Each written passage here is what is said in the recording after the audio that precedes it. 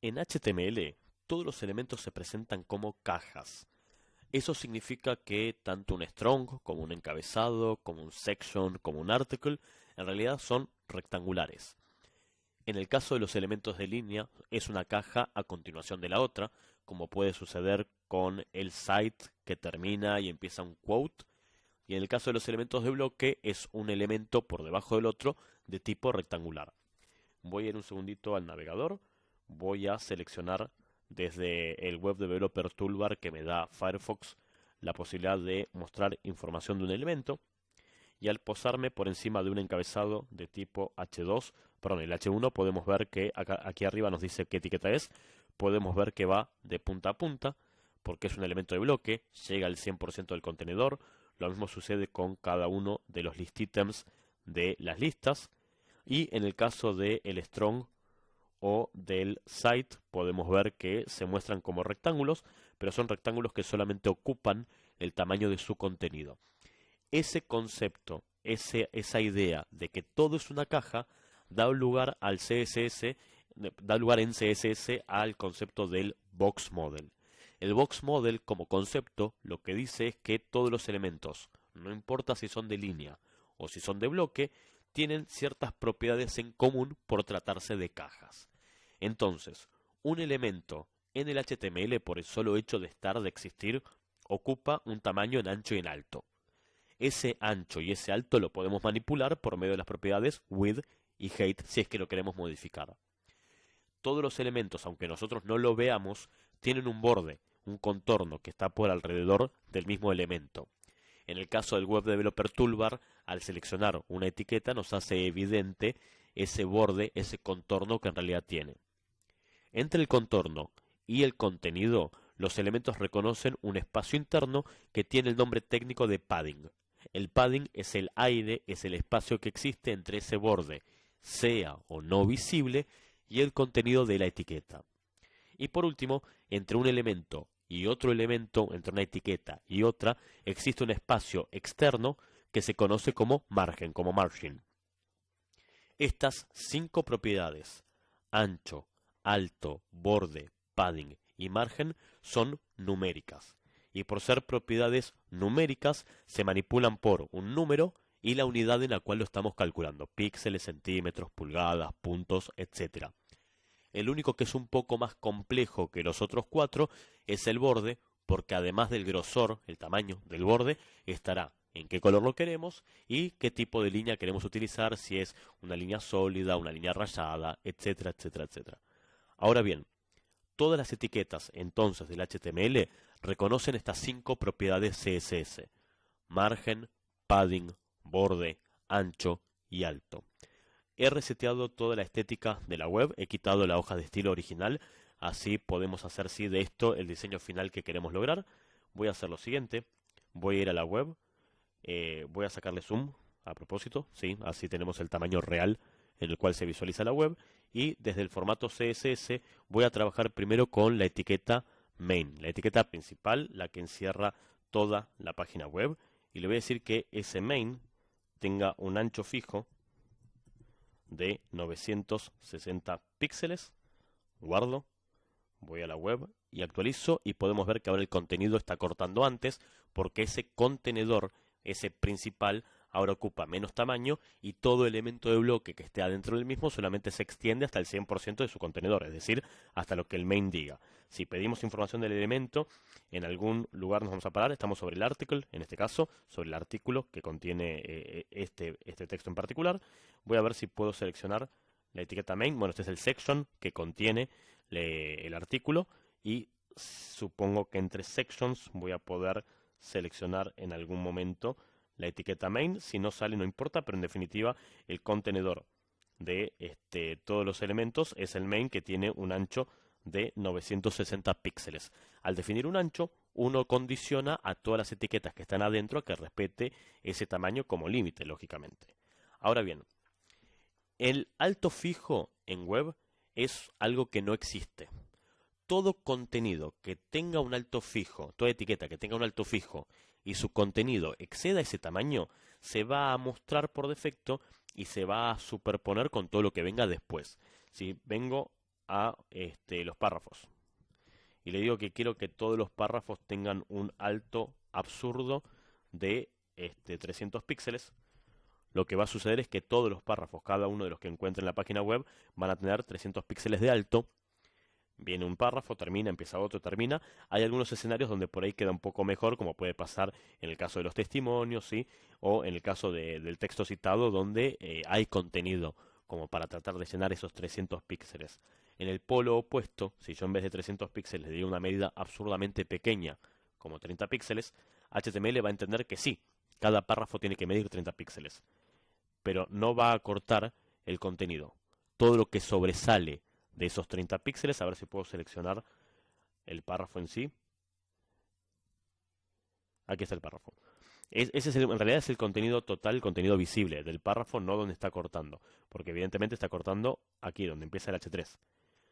Corta en los 30 píxeles, el contenido que sobresale de ese alto declarado es visible y todo lo que viene después, como naturalmente viene a continuación del párrafo, se superpone con el contenido de la etiqueta, por lo cual generalmente declarar un alto fijo no es una buena técnica.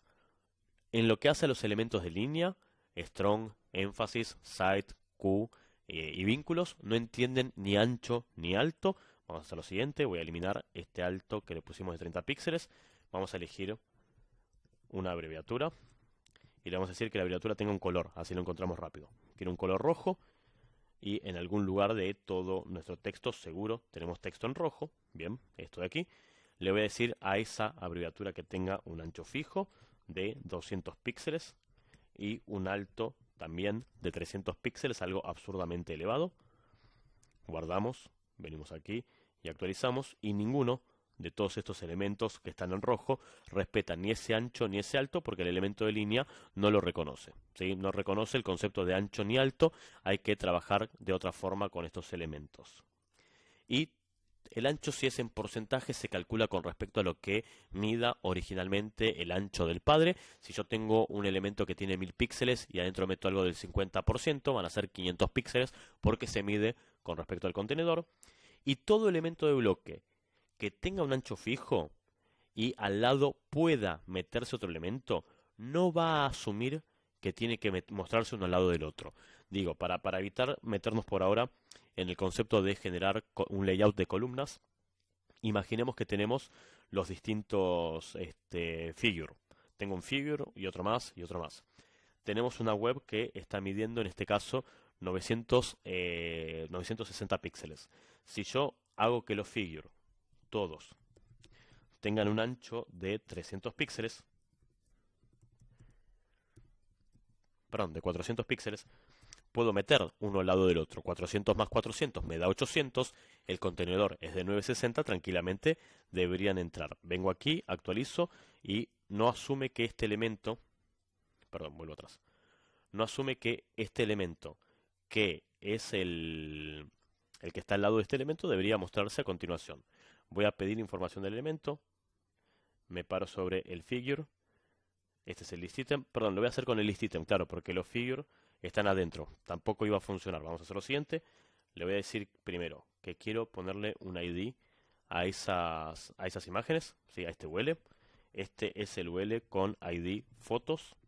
Así lo encuentro rápido y lo separo de lo que son los otros, las otras listas. Este list item es un elemento de bloque. Ocupa el 100% del contenedor. En este caso los 960 píxeles del padre. Le voy a decir que busque ese ID fotos y que se fije que adentro hay un list item. Al list item adentro de fotos, un ancho de 400 píxeles. Vengo aquí, actualizo, pido información del elemento, esperen que lo vuelvo a cargar, y cuando me paro arriba del list item está cortando ahí. Corta ahí, pero no asume que en todo este hueco que calzaría el otro list item se tiene que mostrar, porque el elemento de bloque viene con dos comportamientos en conjunto. El primer comportamiento es estirarse al 100% del contenedor, salvo que uno desde CSS diga lo contrario, y el segundo comportamiento es, no importa si llego o no llego al 100% del contenedor, voy a separar un elemento por debajo del otro.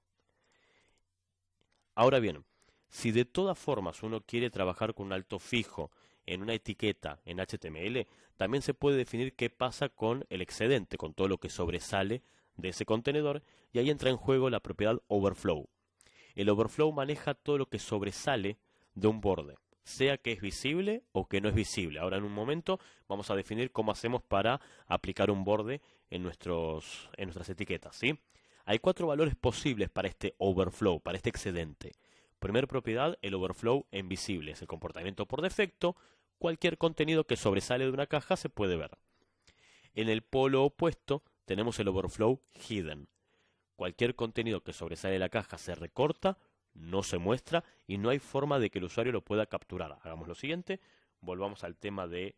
Supongamos que estos list items, los list items de fotos, les doy un alto un poco más, un poco menor de lo que necesito. Supongo que con 200 píxeles tengo el problema de que se superponen los elementos. Vengo aquí, actualizo, no puedo ver el texto que está después de este elemento porque se superpone con lo que sigue. Voy a decirle que quiero el excedente, el overflow, en hidden. Si lo corto, lo que va a suceder es que termino una etiqueta, empieza la otra, pero no puedo ver lo que está pasando por dentro. Ahora, hay otra posibilidad que es el overflow con scroll.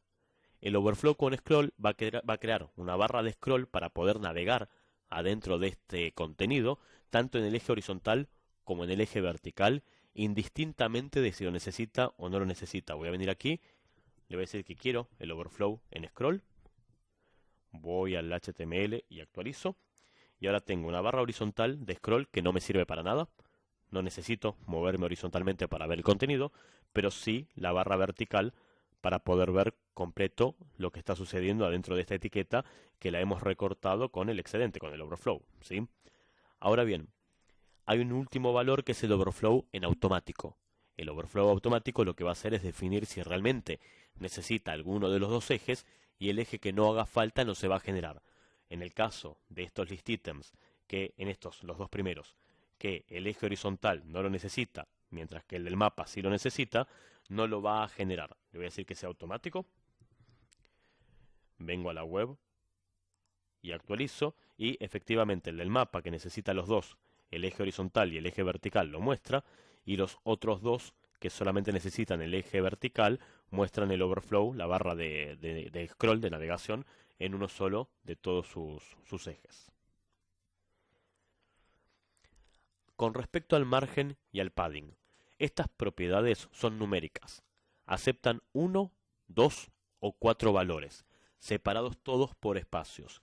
Si asignamos un solo valor, asume que queremos el mismo valor aplicado a los 4 lados del elemento, ¿sí? Arriba, a la derecha, abajo y a la izquierda. Si le indicamos 2 valores, asume que el primer valor es para arriba y abajo. El segundo valor son para las otras dos lados que quedan, izquierda y derecha. Hagamos lo siguiente. Voy a decirle a el list item de fotos. Pasa que hasta que no tengamos un borde o un color de fondo, mucho no se va a notar esto, pero le voy a dar un padding de 20 píxeles y van a ser 20 píxeles para todos lados. Vengo aquí, actualizo y ahora tengo 20 píxeles aquí, 20 píxeles aquí, arriba y abajo también. Sí, lo de abajo no se nota, obviamente porque necesito el scroll para poder verlo. Ahora, si yo le digo, quiero 10 píxeles y 120, 10 son para arriba y abajo y 120 para la izquierda y la derecha, la caja va a crecer drásticamente porque tengo 120 píxeles de este lado, 120 píxeles de este lado y arriba y abajo solamente generé 10 píxeles de espacio interno de ese padding. Y si definimos 4 valores, son los 4 lados de la etiqueta, empezando por el lado superior en sentido de las agujas del reloj. Arriba, derecha, abajo e izquierda. Y también estas propiedades aceptan puntualizar para qué lado queremos trabajar. Si queremos solamente asignar un padding o un margen a un solo costado, no hace falta definir todos. Podríamos decirle que todos los list items tengan un margen hacia abajo de 50 píxeles. Guardamos, vengo aquí y actualizo, y entre que termina un list item y arranca otro hay 50 píxeles de separación hacia abajo. Vamos a darle un poco más, vamos a darle 100 píxeles de margen hacia abajo y vamos a ver que se hacen los 100 píxeles que corresponden de distancia entre esa etiqueta y lo que sea que venga después. Un par de tecnicismos del margen. El margen es la distancia entre los bordes y el elemento que viene después. En el caso de que el borde o el fondo sea visible, va a quedar un aire, un espacio evidente entre los elementos. Si lo que queremos es hacer una separación entre los bordes o el fondo y el contenido, pero que no quede un espacio entre las etiquetas, no es margen, sino que es padding, es el espacio interno de la etiqueta. El body viene por defecto con un margen que en realidad es como una contradicción. Este espacio que tenemos acá al costado no es un espacio interno, no es un padding, sino que es un margen, es una contradicción propia del HTML. Vamos a venir aquí, le vamos a decir que busque el body, y al body le vamos a dar entonces un margen de 0 píxel para los 4 lados. Eso lo que va a hacer es que este espacio que había originalmente acá desaparece, ahora todo el HTML comienza justo pegado hacia la izquierda, y lo mismo está pasando arriba, solo que los encabezados vienen también con un margen por defecto, por lo cual se está separando de esas etiquetas. Todos los elementos de bloque, en tanto y en cuanto tengan un ancho fijo, se pueden centrar de manera absoluta, o sea, de manera perfecta, con el margen automático, tanto a la izquierda como a la derecha. ¿Qué hace ese margen automático? Calcula el tamaño del contenedor, calcula el tamaño de este mismo elemento y la diferencia, la resta, la divide mitad y mitad. Volviendo a nuestro main, le dimos 960 píxeles de ancho. En realidad el navegador, el browser, tiene 1366 píxeles en la resolución de pantalla que estoy trabajando. Le voy a decir que su margen, el margen de este main, sea arriba y abajo, no me interesa, 0 píxeles, izquierda y derecha, automático. Guardo, vengo acá y actualizo y tengo ahora este main centrado. Para definir el borde de una etiqueta tenemos que trabajar con la conjunción de 3 propiedades CSS distintas. Por un lado tenemos el border color, que es el color del borde, acepta cualquiera de las notaciones que ya conocemos, el nombre en inglés, el valor en hexadecimal o su representación en RGB, el grosor del borde, que es un número más su unidad por medio del border width, y el tipo de borde que queremos aplicar por medio del border style, por lo cual tenemos, entonces, supongamos de nuevo con el main, tengo un border color y el color que queremos aplicar, pongamos un color rojo, no importa, un border width con el grosor que queremos aplicar podría ser de 3 píxeles el grosor del borde, y por último el border style, cuál de todas las líneas, cuál de todos los tipos de borde queremos aplicar en esta etiqueta. Tenemos líneas simples, por ejemplo la línea sólida, la común, la que podemos utilizar en cualquier etiqueta. Quiero un borde entonces sólido de 3 píxeles de color rojo, vengo aquí, actualizo y efectivamente tengo borde rojo de 3 píxeles para los 4 lados. Tenemos la posibilidad de poner una línea rayada mediante el valor dash o dashed, como quieran decirlo. Va a ser línea, espacio, línea, espacio, línea. Venimos acá, le damos ese valor, actualizamos y tenemos una línea, un borde rayado. Puede ser un borde basado en puntos por medio del valor dot o dotted. Venimos aquí, le decimos que quiero una línea punteada. Voy al browser y actualizo y tengo en base a puntos. O tenemos la posibilidad de poner una línea doble. Línea, espacio, línea por medio del valor double. Guardamos. Venimos aquí y actualizamos y tenemos línea, espacio, línea, tal como se explicó recién. Perfecto. También tenemos bordes de tipos 3D. Tenemos inset y outset en primera instancia, que lo que van a hacer es, partiendo de este color, el color que se definió para el borde, va a haber dos lados que sean de color oscuro y dos lados que sean de color claro. Este y este son oscuros, este y el de abajo son claros. Eso en el caso del inset. En el caso del outset va a ser lo mismo, pero al revés. Los dos lados que eran oscuros pasan a ser claros y los dos lados que eran claros pasan a ser oscuros. Entonces los últimos dos ahora son oscuros y los dos de arriba son claros. Y los valores right y groove lo que hacen es trabajar con doble borde. Hay un borde oscuro y un borde claro por cada costado de la etiqueta. Vamos a darle el primer valor. Vamos a agrandar un poco el grosor del borde, así lo vemos bien. Quiero 5 píxeles de tipo right. Vengo aquí y actualizo. Y tenemos entonces un borde de un color claro, un borde de, cada borde, el color claro y el color oscuro.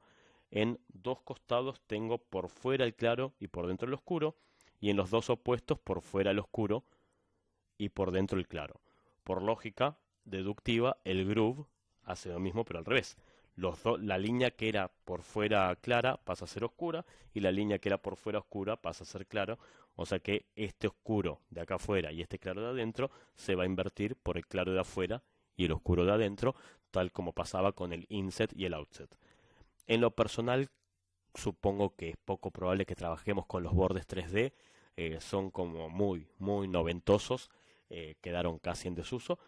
Con el borde sólido o con la línea punteada o con la línea rayada creo que podemos hacer diseños un poco más interesantes que el que se presenta aquí, por lo cual vamos a darle a mi contenedor principal, un borde de un píxel de color gris, algún derivado de gris, y quiero que sea una línea sólida. Siempre que trabajemos con bordes visibles hay que tener presente un detalle, un tecnicismo por parte del diseño. Nunca queda bien que los contenidos muerdan el borde si el borde es visible, por lo cual quiero acá sí generar un espacio, un aire entre este texto y esta línea. Tenemos dos posibilidades: o voy al encabezado y voy a cada uno de los párrafos y le doy margen, la separación con respecto a lo que está antes o después de esa etiqueta, o directamente al contenedor le genero espacio interno por medio del padding. O sea que podría decir que este main, que tiene un ancho fijo, un margen y un borde visible, tenga también un espacio interno de 20 píxeles para todos lados. Entonces vengo aquí, actualizo y ahora tengo 20 píxeles de este costado, 20 píxeles arriba, 20 píxeles de este costado que no se nota porque no hay ningún texto que esté llegando contra el borde porque no está justificado, y 20 píxeles aquí abajo después de la lista de descargas. En el caso del border, tenemos también la posibilidad de puntualizar si queremos un solo lado. Podemos trabajar con el border top, o el border left, o el border right, o el border bottom, y trabajar con alguna de estas propiedades. Border top, color, y el color solamente que queremos cambiar en el border top. Border bottom style, y cambiar el tipo de línea del borde de abajo, o lógicamente mezclarlos. O si no, trabajar con el atajo. Border, qué grosor, qué estilo, qué color, en cualquier orden. Lo mismo aplica al border top, border left, border right, border bottom. Si ponemos border bottom y tiramos los tres datos, estamos definiendo cómo se comporta ese lado del borde con todas las propiedades. Por lo cual podríamos decirle al header, al encabezado de toda la página web, que tenga un border hacia abajo de 4 píxeles, sólido, y pongamos un color cualquiera, un green. Entonces, ese encabezado, que es un elemento de bloque y va de punta a punta, va a tener en la parte de abajo un borde sólido de 4 píxeles color verde, dando una sensación de separación entre lo que pasa al principio y lo que viene después a continuación. Puntualmente, desde la llegada de CSS3, con la evolución de la línea de tiempo de CSS, todos los elementos del HTML empezaron a permitir trabajar con bordes redondeados, dado que cualquier elemento, y esto viene del box model, es una caja recta. Toda etiqueta que tenga un borde se ve recto, se ve cuadrado. Bueno, CSS nos permite redondear las esquinas de una caja para salir de este aspecto por defecto todo recto, todo cuadrado, por medio de la propiedad border radius, la curvatura del borde, que recibe también un valor numérico y bajo qué unidad se está calculando el mismo. Según la cantidad de valores, tal como pasa con el borde, va a afectar distintas esquinas. En el caso del borde son las líneas, en el caso del border radius serán las puntas.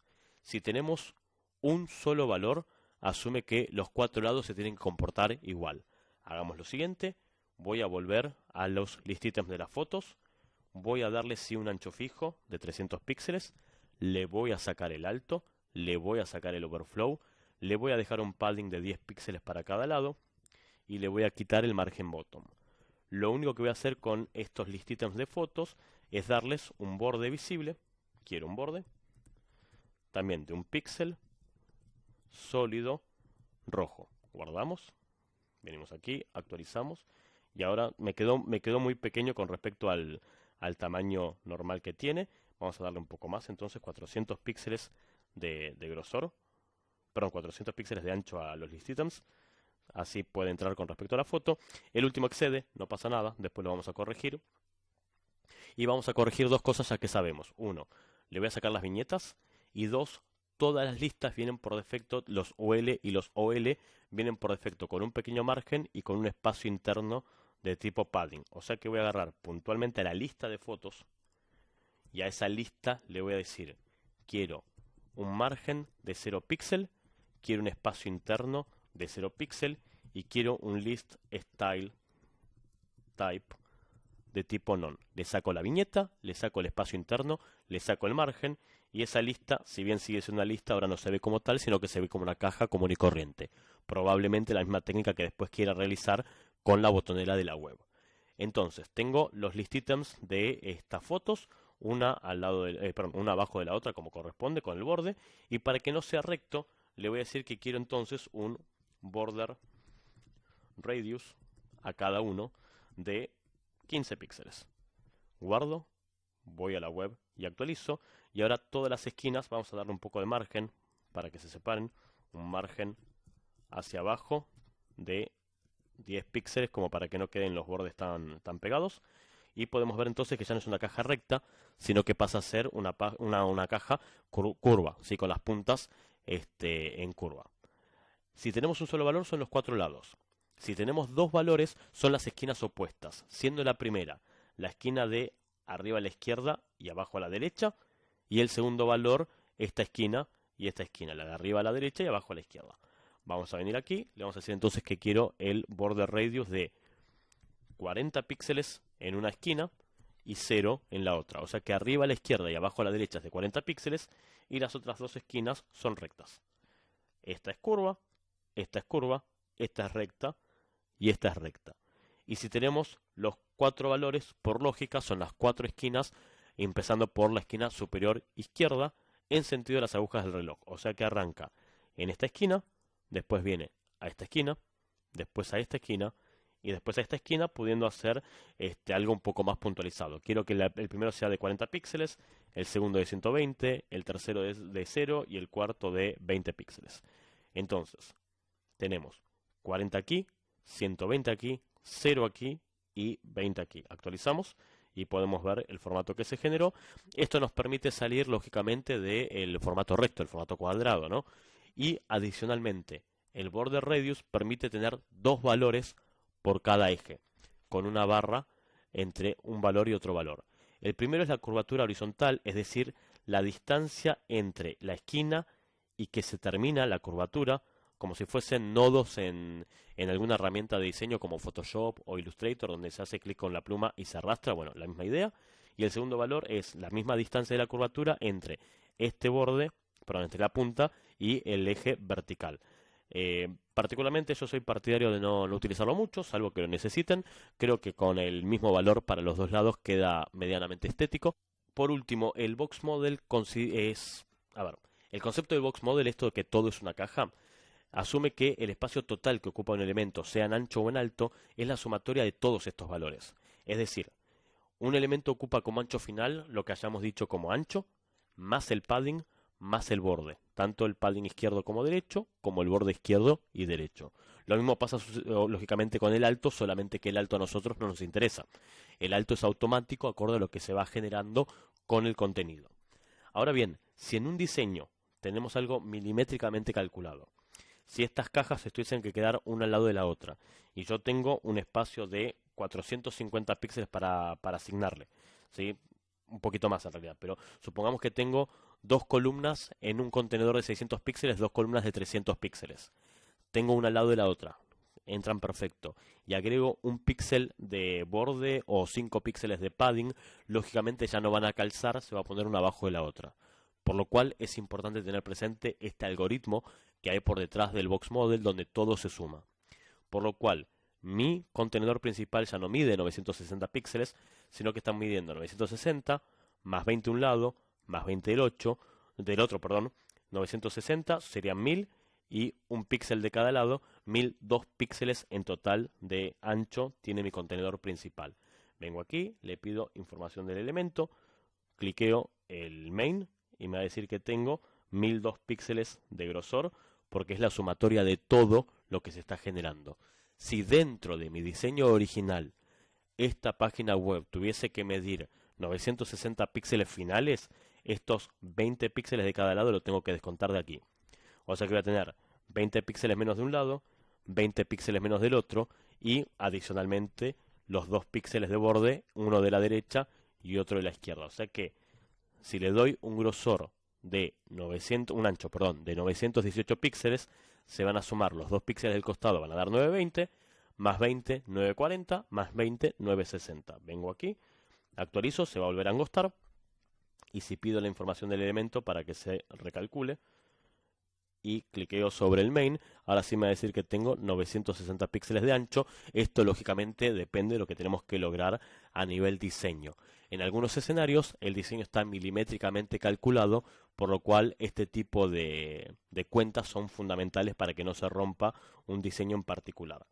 Ahora, este comportamiento también se puede manipular desde CSS para que no se sumen sino que se resten. En vez de tener que yo ponerme a pensar 960 cuánto hay que restarle para que entre el padding y para que entre el grosor, le puedo volver a decir, quiero 960 píxeles de ancho, vuelvo aquí, actualizo, se vuelve a estirar, le pido de nuevo la información del elemento y me va a decir una vez más que tengo 1002 píxeles de ancho, como teníamos originalmente.